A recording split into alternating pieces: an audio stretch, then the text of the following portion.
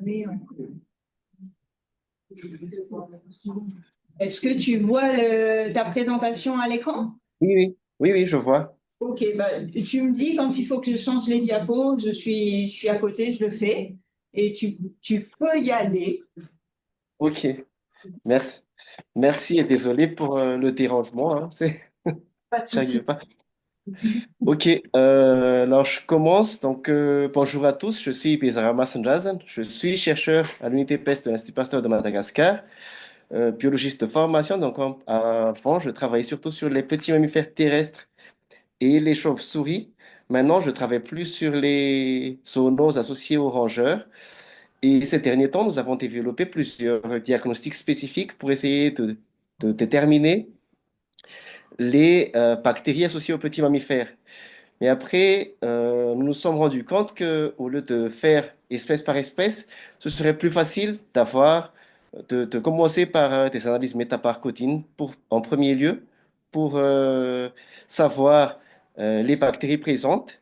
Et dans ce sens, j'ai effectué une mobilité au CPGP à Montpellier pour 2 mois afin de pouvoir acquérir des compétences sur les analyses en méta-CSS sur des échantillons que nous avons amplifiés à Madagascar. Slide suivante, s'il vous plaît. Alors, pour rentrer dans la présentation, Madagascar est connu comme étant un hotspot de la biodiversité.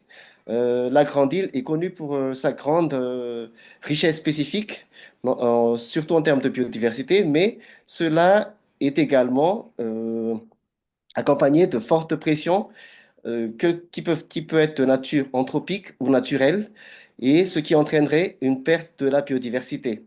Madagascar est doté également de plusieurs zones bioclimatiques, ce qui offre un environnement propice au développement de différents types d'organismes, que ce soit les micro-organismes que les macro-organismes. Et en termes de petits mammifères terrestres, Madagascar compte actuellement plus de 65 espèces, dont 5 espèces introduites, et ce qui offre une panoplie de réservoirs pour les agents pathogènes, que ce soit qu'ils soient zoonotiques ou non. La prochaine, s'il vous plaît. Et en parlant de ces pathogènes, les zoonoses constituent actuellement un problème de santé publique à l'échelle mondiale. Ces agents zoonotiques entraînent généralement des épidémies et le grand souci est que les agents pathogènes impliqués sont généralement non diagnostiqués ou peu diagnostiqués. Ils peuvent être d'origine parasitaire, bactérienne ou virale.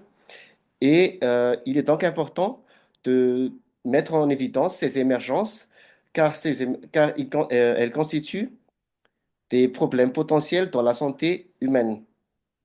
Donc, dans le cadre de cette étude, nous avons effectué une étude pilote en utilisant des prélèvements dans le cadre de nos projets antérieurs collectés en 2016 et en 2017, qui sont initialement développés pour des projets développés sur la surveillance des petits mammifères et dans le diagnostic de la peste. Donc, les échantillons utilisés dans la présente étude sont les extraits d'ADN qui ont été déjà extraits en ce temps-là et qui ont été stockés dans nos congélateurs et ont été utilisés pour déterminer la diversité bactérienne chez les petits mammifères afin de mettre en évidence leur impact potentiel dans la santé publique.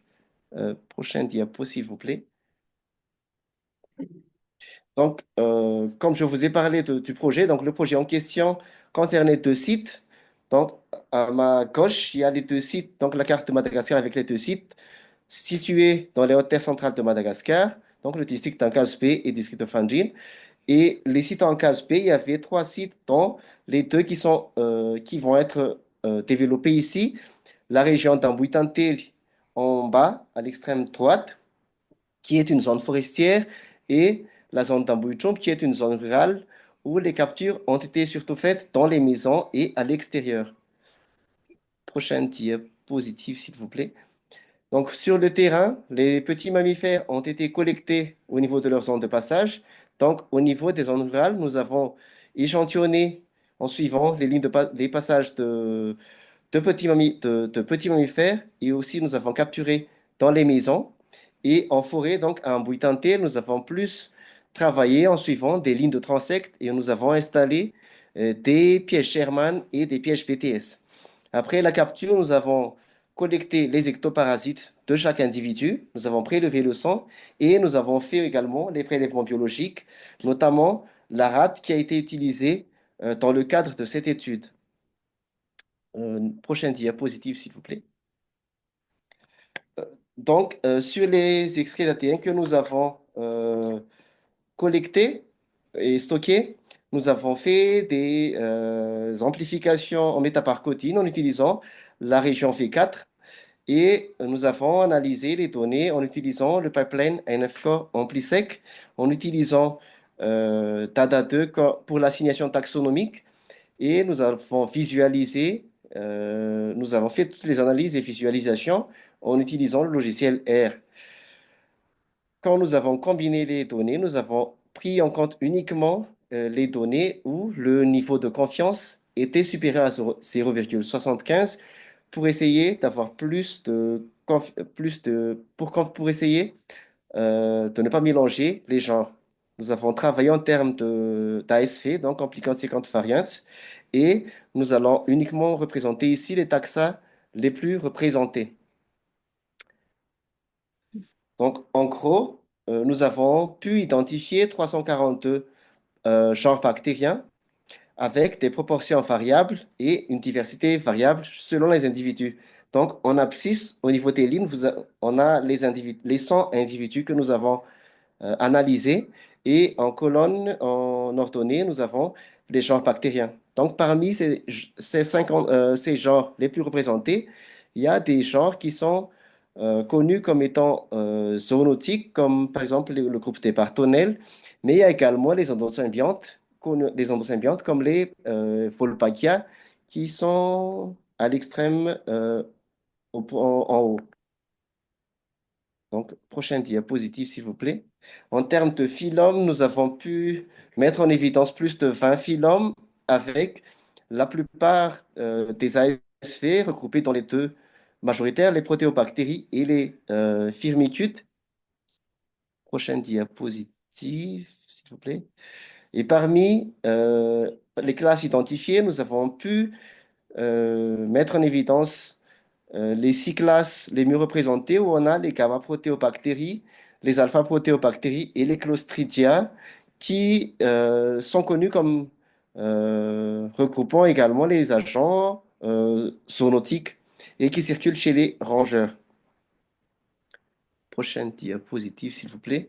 Donc, parmi les gamma-proteobacteria, nous avons 9 ordres présents, dont ceux qui ont un intérêt en santé publique, donc les burkholzeriales, les entérobactériales et les légionellales.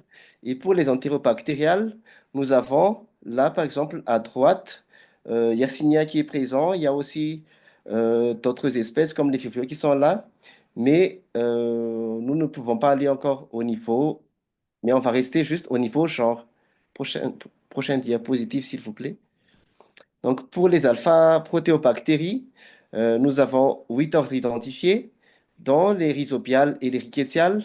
Et parmi les rhizobiales, les partonnelles sont les plus majoritaires dans nos échantillons. Parmi les rickettsiales, nous avons uniquement le genre Wolbachia et Candidatus neoerlichia. Prochaine diapositive, s'il vous plaît.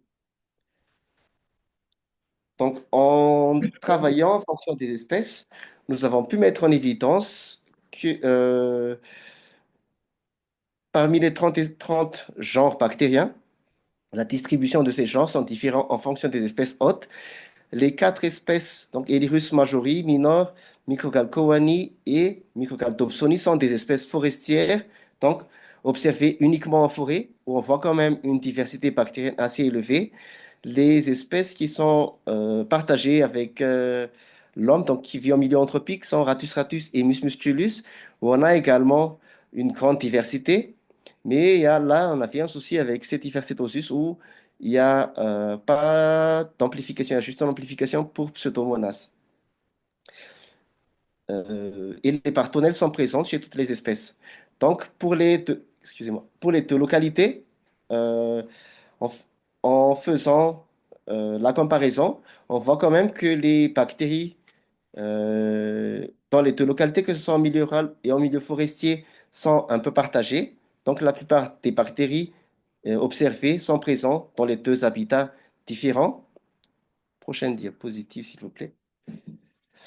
Et si on parle des partenaires, parce que là, on a plus de données spécifiques, donc on voit que parmi les partenaires qui ont été identifiés et qui ont été séquencés, la plupart on a le clade Bartonella elisabethae qui a été observé et séquencé sur des échantillons provenant d'Amboïdjom, donc en milieu rural, et en milieu forestier, en Bouitantel, on a des espèces qui sont pas encore connues comme pathogènes dans l'homme, mais qui sont quand même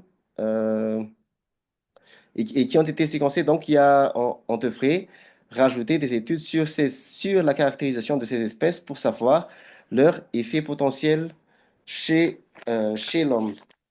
Prochaine diapositive, s'il vous plaît. Donc, la présente étude a été basée sur, notre biotech.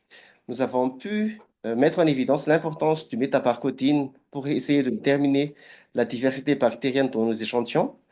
On- Nous avons observé à peu près euh, des résultats similaires à ce qui a été déjà fait par l'équipe de la réunion sur les puces d'Ambuitantel, où ils ont pu mettre en évidence à peu près les mêmes genres bactériens chez les puces.